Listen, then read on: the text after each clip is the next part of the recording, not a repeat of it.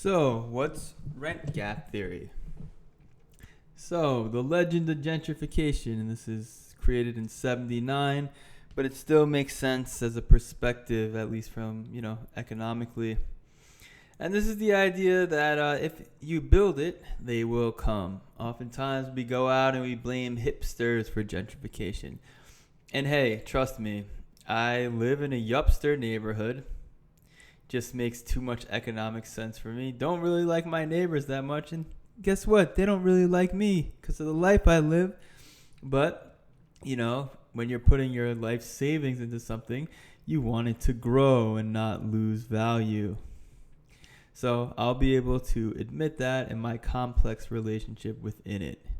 As a renter, I did live in many gentrified neighborhoods as well.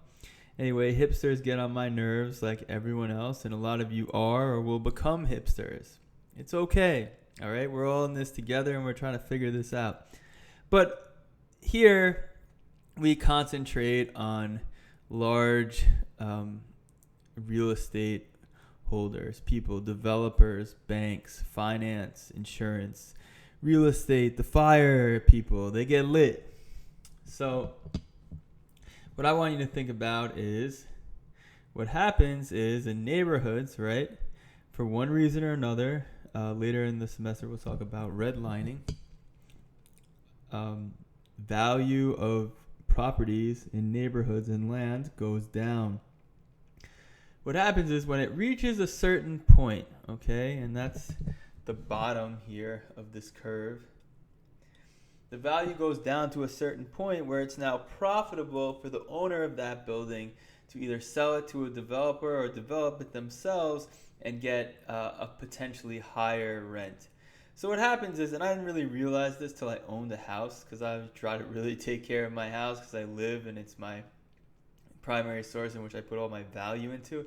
If you own like 12 buildings, there's not much incentive for you to really upkeep the building unless you're getting a lot of rent for it. If you're not, there's a bottom to the real estate market.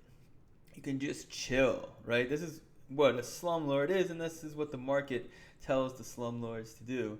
Basically, it says, you're at the bottom of the rental market. You really don't have many other places to go but here. So maybe I'll fix things sometimes. And you know what? Maybe the building's rotting from water damage, but I'm not going to do anything to it. It just doesn't pay for me for the amount of rent I'm getting to you. I'm going to milk this property, and you're going to keep on giving me money because you have to live here, and you're going to have old stuff that doesn't work too well.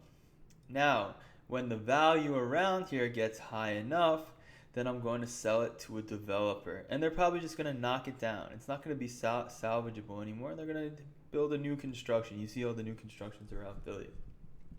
Great solution, right? The developer then builds it and gets the higher rent.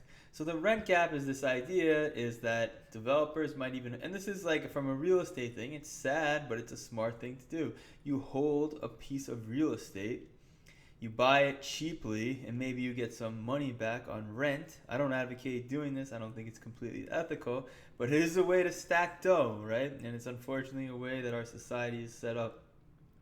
But you just rent out your place to people, and you get not that much rent, but you don't put any improvements in.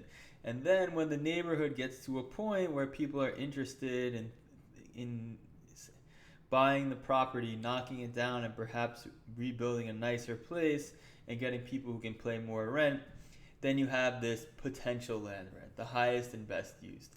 And this rent gap is when the actual and potential are at their biggest gap, and that's when the owner of the property can make the most profit. So we look at this because we want to focus a little bit more on the role, not that just culture and hipsters and necessarily race plays, which are important, but also finance, developers, and the government that holds this up. I mean, for example, I have tax abatement, right?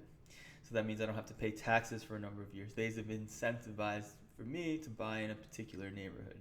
Again, this is the tough part for you people who are like ethical out there with housing and things like that. What you want to do and what you think is right often goes up against what makes the most financial sense for you. And ultimately, and it's unfortunate, we try to take care of ourselves and we try to make sure we're prosperous for us and our family, and that usually becomes society in general. So that's just the way the game is set up, and the way the game is set up sets up this rent gap, and it creates and facilitates what we know as gentrification.